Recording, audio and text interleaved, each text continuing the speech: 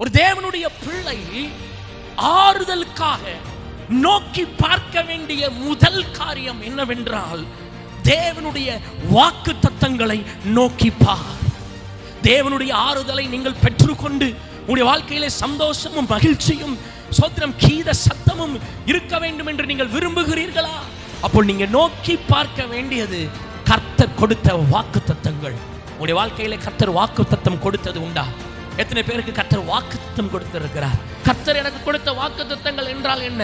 ஒருவேளை நான் கஷ்டப்பட்டு இருக்கிறேன், சிறுமைப்பட்டு இருக்கிறேன், கர்த்தர் எனக்கு ஒரு வாக்குத்தத்தம் கொடுத்திருக்கிறார். என்ன வாக்குத்தத்தம்? உன் பெயரை நான் ஆசீர்வதிப்பேன் என்று வாக்குத்தத்தம் கொடுத்திருந்தால், நான் அந்த வாக்குத்தத்தத்தை நம்பி நான் ஆறுதல் அடைய முடியும். ஏனென்றால் மனித வார்த்தைகள் மாறி போகும், ஆனால் கர்த்தர் எனக்கு கொடுத்த வாக்குத்தத்தங்கள் ஒரு நாளும் மாறாது. எத்தனை பேர் விசுவாசிக்கிறீங்க? ஹல்லேலூயா! தேவன் எனக்கு கொடுத்த வாக்குத்தத்தங்கள் மாறாது.